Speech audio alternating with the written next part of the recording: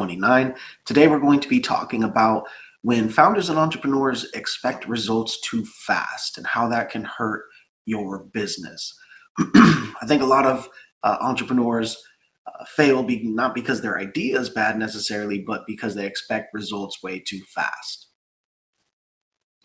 Now, when you expect results way too fast as an entrepreneur, what's going to inevitably happen is it's going to burn you out and definitely could make you quit, right? These are things that are going to be hindering you from doing your best job and continue down your path as an entrepreneur. If you're getting impatient because you have unrealistic expectations of the timeline that is going to take to get your product or service off the ground, that's going to kill your motivation, right? So it's important to not have unrealistic expectations about the timeline of your results. There's a lot of things out there that can make it feel like your business is taking too long, especially when you're looking at other businesses, particularly on social media. There's a lot of social media out there. There's highlight reels and things like that that make you think somebody went from, zero to hero overnight. There's also a lot of social media that essentially only shows you the last part and it doesn't show you the years that they were going before that overnight success. For example, somebody may say, yeah, once my first clip went viral, from then, from there within a month, I was making, $20,000 a month or whatever it is. But they don't usually talk about the fact that they were posting for 5 years before that first clip went viral. So definitely something to understand that not everything is what it seems, especially that you see on social media, especially from somebody trying to sell you some type of, class or something consultancy, and they're telling you, hey, it's so easy and I did it so fast and you can do it so fast. I would definitely be skeptical of that, right? Because it's just not really true. Now, you got to make sure when you're looking at other people's businesses or when you're seeing these things on social media, I always talk about not comparing yourself, because when you see these things, a lot of the times you're comparing your chapter 1 to their chapter 10, right? You're still on chapter 1, which is where they were at some point, and now they're on chapter 10 and you're comparing your chapter 1 to their chapter 10. And that's not going to be a good feeling for you. It's not going to be a good situation for you. So you just have to remember, every entrepreneur's journey is different. Everyone has their own timeline. Everyone has their own ups and downs. There's never going to be anybody that has the same outcomes, even in the same business doing the same thing. It's just not going to happen. So you have to be very careful at comparing yourself to other entrepreneurs, because it can give you unrealistic expectations, which can lead to a lot of issues for you as an entrepreneur trying to build a new business. So I think one of the things that can happen is you feel like you're falling behind. When you're comparing yourself to other entrepreneurs, when you're setting unrealistic expectations for your timelines, you're essentially feeling like you're falling behind, even though you're not. And the feeling of falling behind is a weight that's very heavy on you, especially as an entrepreneur, as somebody who's self-employed, especially as someone who's relying on this to pay your bills. Starting to feel like you're falling behind is a heavy weight to carry, and it will weigh you down. And a lot of the times it's mental, it's unnecessary, because you're not actually behind. You're just having unrealistic expectations, and maybe you're comparing yourself to other people, which again is not the way to go. Every entrepreneur's journey is different. Every business's journey is different. You can't compare them. So let's talk about how speed stories distort reality. So, business takes time. Building a business takes time. And to act otherwise is just not realistic. Now, there's a reason that there is a timeline for businesses because a lot of the things that you need to build and grow and continue to sustain your business, they take time to learn. Sometimes the universe just works out like that, where businesses take time to build because some of those things take time to learn. Some of those are skills that take time to acquire. And so there's a reason why most people aren't an overnight success, because if they were, it would probably be detrimental to their success. We see that a lot with people who have meteoric rises, that every once in a blue moon somebody does have an overnight success. You see that a lot of times it's a crash and burn, just like a one hit wonder when it comes to music, right? These are things that happen very quickly, and if you haven't done the work and gone on the journey beforehand, you typically don't know how to handle it when it happens. So the universe just kind of has a way of working things out in that way, where you're kind of earning your future success while you're building up. Because if you were an overnight success, you wouldn't have the skills and have the knowledge to continue your success once you get it. These things that take time are things like learning to sell, right? Learning to sell is something that you're going to need to do as a entrepreneur and as a business founder. And those are things that take time, along with understanding your customers, understanding your business, building repeatable systems, gaining confidence through the repetition of sales, of systems, of building your business, of growing your business. These are things you're going to need as your business becomes successful. And so if you don't go through that journey, you're not going to have those things when you need them. So the real key here is to not be unrealistic with your expectations, and know the reason behind that is for your own good, because you don't want an overnight success. You want success to come how it's supposed to come, when it's supposed to come, which typically what you see is it naturally kind of works itself out to where once you've put in the work, you've gone through the journey, you've gained the knowledge, then it, will build up to what people may seem and think is an overnight success, but that you've been working on it for years and that you deserve it. There's also something about putting in that time, the effort, and work to give you the confidence that you deserve it when it does come, because you know that you've worked for it. You also know that you've prepared for it, right? So just keep that in mind. Competence has a timeline. In order to be competent at the things you're going to need to run, grow, and sustain a successful business, you're going to need to have gone through those trials and tribulations. You're going to need to have put in that work, and it's going to have taken time to do so. So I would say, as an entrepreneur, keep in mind, you don't want to be an overnight success. You don't want to be a one hit wonder. You don't want to get to the place where you were hoping to be and then not know how to deal with it. You want to put in the work from the ground up so that you have the confidence that you know what you're doing, that you've been through what you need to have been through to handle this, and that you're not going to crash and burn once you get it because you didn't really deserve it, because you didn't put the work in. So I would try to flip it from a negative to a positive when you're looking at your timeline and saying, maybe I'm not where I want to be right now, but just understand that you're putting in the work that's necessary so that when you do get to where you want to be, you're not going to crash and burn, and you're going to feel that you deserve it because you do. So let's talk about some of the damage that, expecting fast results can cause. So when you have unrealistic expectations about your timeline, that's going to cause a lot of issues that could be detrimental to your business. One of them is constant pivoting.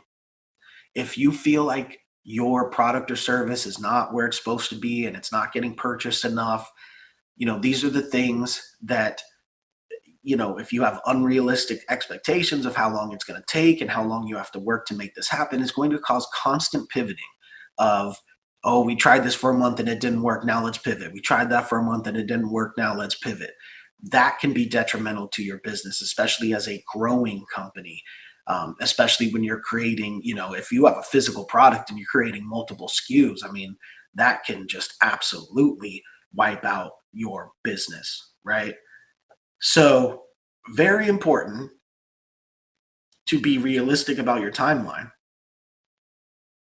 Also, very important to only pivot once you see the data that's telling you to do so.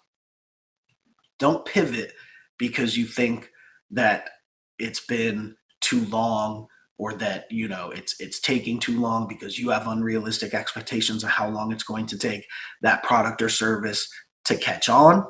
Only pivot when the data shows you that.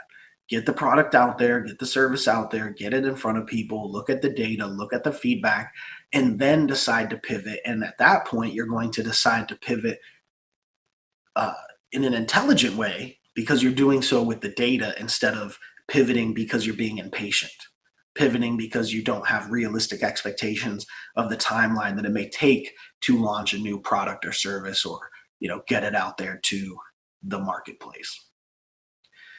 You essentially start abandoning ideas too early because you feel like they're not getting anywhere, because you feel like you should have already been in a different place. But remember, even if you have a thriving business, new products and services take a lot to launch. I mean, you can look at large companies. You'll have a company that rolls out a new product and it takes months and months to catch on.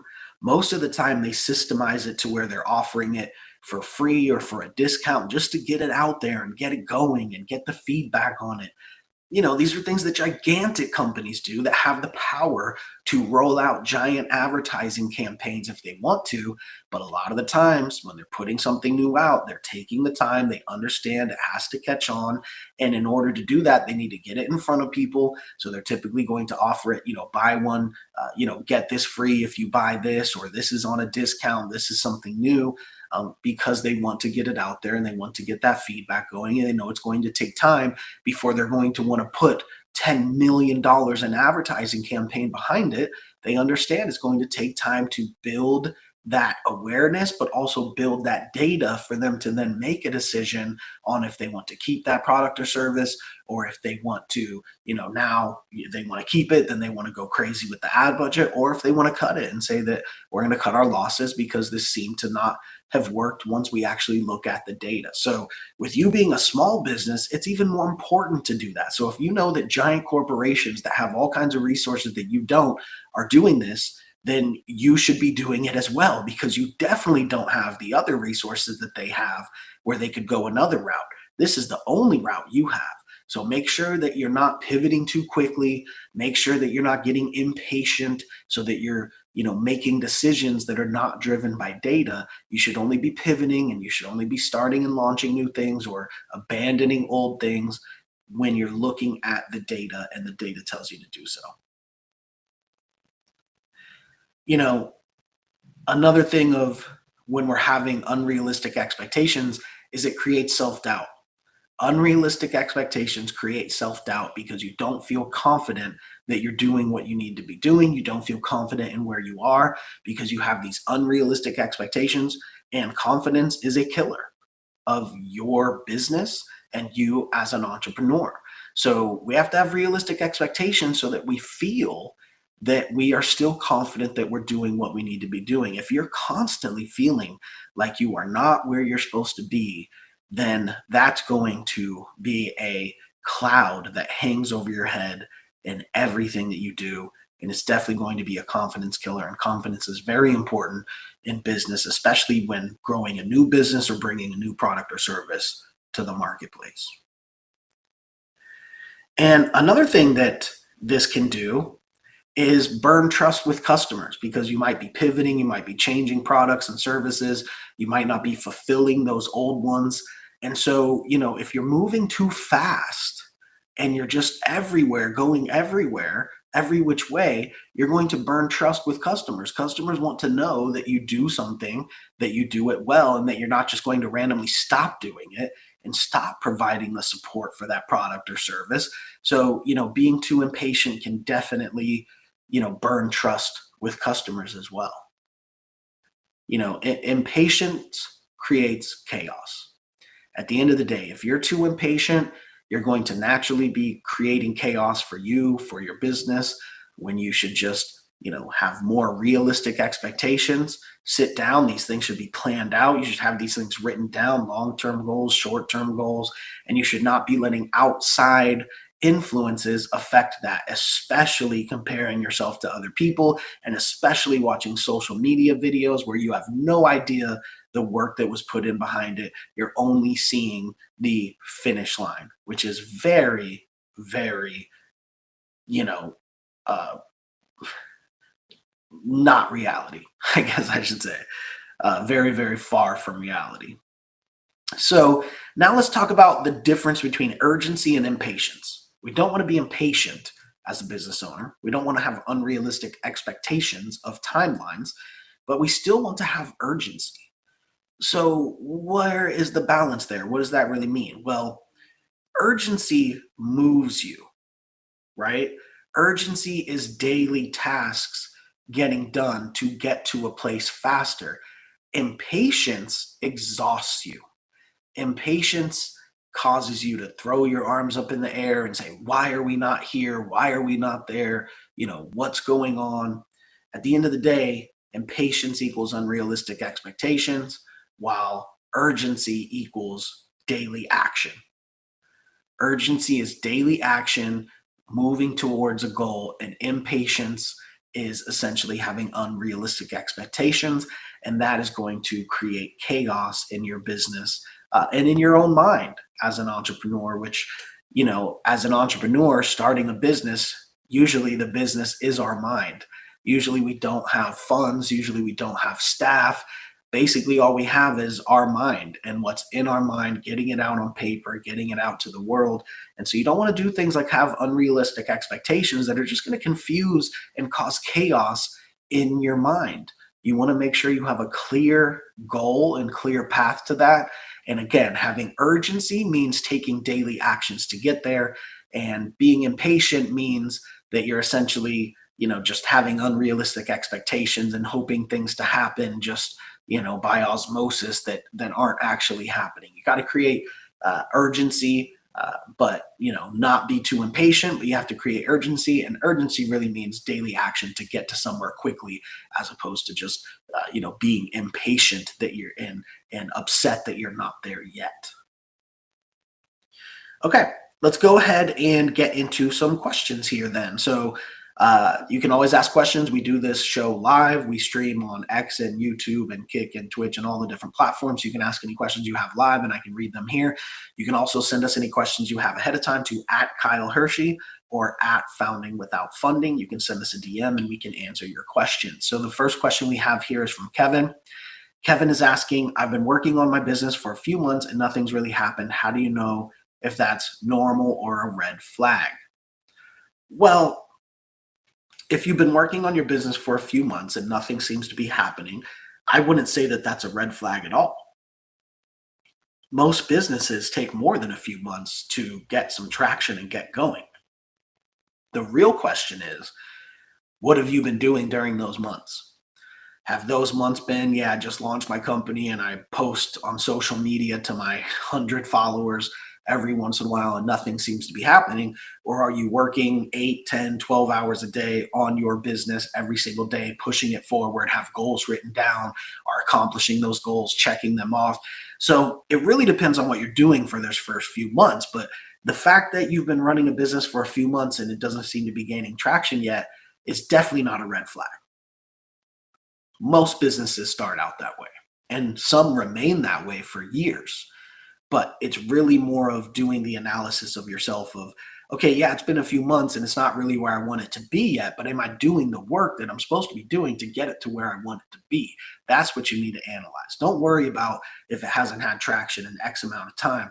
Worry about, are you doing what you're supposed to be doing over X amount of time? And as long as you are, don't worry too much about fulfilling those unrealistic expectations. Have realistic expectations and know that if you're doing your job, that it's eventually, going to happen. Okay. Question here from Lauren. Lauren's asking, how long should you realistically give an idea before deciding it's not working? So how long do you realistically give an idea before you decide that it's not working? Well, I talk about this all the time. You're not going to decide if it's not working or not. The market is going to decide whether it's not working or not. So the data that you're receiving from the market, are people purchasing it? How are they purchasing it? What's your conversion rate of them purchasing it? Who is not purchasing it? Why are they not purchasing it? Have we gotten feedback from the clients, from the potential customers that could have bought it, of why they didn't? Are we following up with the people who didn't to try to convince them to buy it, and then getting the feedback from them when they say, no, I don't want it because of XYZ? The market and your customers will tell you if you need to pivot, if you need to tweak something, change something, or if you need to move on from that idea or that product or that service. So there isn't a set time frame for you to say, hey, it's not working in this amount of time, let's change it. It's not you that makes that decision. It's the market that makes that decision. It's the customers that make that decision. So it should be driven by real, actual data, as opposed to you just saying, well, we tried it for 3 months. Usually if something doesn't work after 3 months, we should cut it. That's definitely not what the metric you want to be looking at. Okay. Question here from Chris. I get discouraged when I don't see results fast. How do you stay patient without getting lazy? So how do you stay patient without getting lazy? Well, you just need to know that putting in the work, is what's going to get you there. So, make sure that you're not lazy, because that's just going to keep you getting further and further away from where you want to be. But again, don't have unrealistic expectations. Write down what it would do for you if your business took 5 years to get going, right? Now, most businesses, like they say, maybe in 3 years, it really should be going. And if not, there might be a problem. But why don't you write down if it would be worth it if it took 5 years for you to get to where you want to be with your business? Would you still do it? Write down maybe if it took 10 years, would it still be worth it for you to do it? And for a lot of people, it still would, especially in some type of business that has such a giant upside that it would be absolutely life changing for you if it did work. Write that down. Say, would it make sense if it took 2 years to work? Would it make sense if it took 5 years to work? And would I still be happy when it actually happens? I think that's a good way to kind of get in that mind frame. All right. Alyssa is asking, how do you balance wanting quick wins with building something real? So, how do you balance wanting quick wins with building something real? Well, I think you should always be building something real. What I would do to manage those expectations is set shorter term goals so that you feel like you're having more wins along the way while you're building something real. So I would say you don't have to choose between making quick wins and building something real. I think you should be building something real and celebrating your quick wins along the way with short term goals, and then checking them off and feeling that fulfillment of, hey, I did something. This is a win for me. Just because you might not have made money from it, just because your product didn't become extremely successful, that doesn't mean that it wasn't a win. So I think you should be doing both. You should be building something real, and you should be celebrating these small goals on the way to doing that as you accomplish them and check them off. All right, question here from Daniel. What's something that took way longer than you expected but was worth it? Everything. I think even nowadays, everything seems to take longer than you expect and longer than you're hoping. Even though I've learned this lesson throughout my businesses, throughout all the different products and services that we've launched in all these different industries, I think, I still always am hoping for the best possible timeline.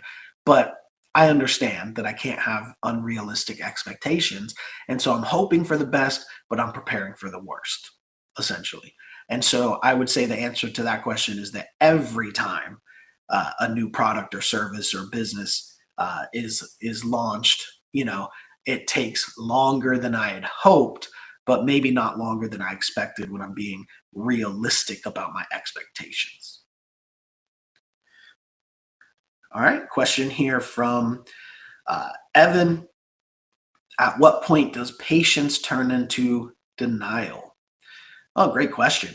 I would go back to the example of making market driven decisions. Make your decisions based on data and based on what the market is telling you. And that way you don't feel like you're in never land of saying, am I being patient or am I just in denial that this is not working?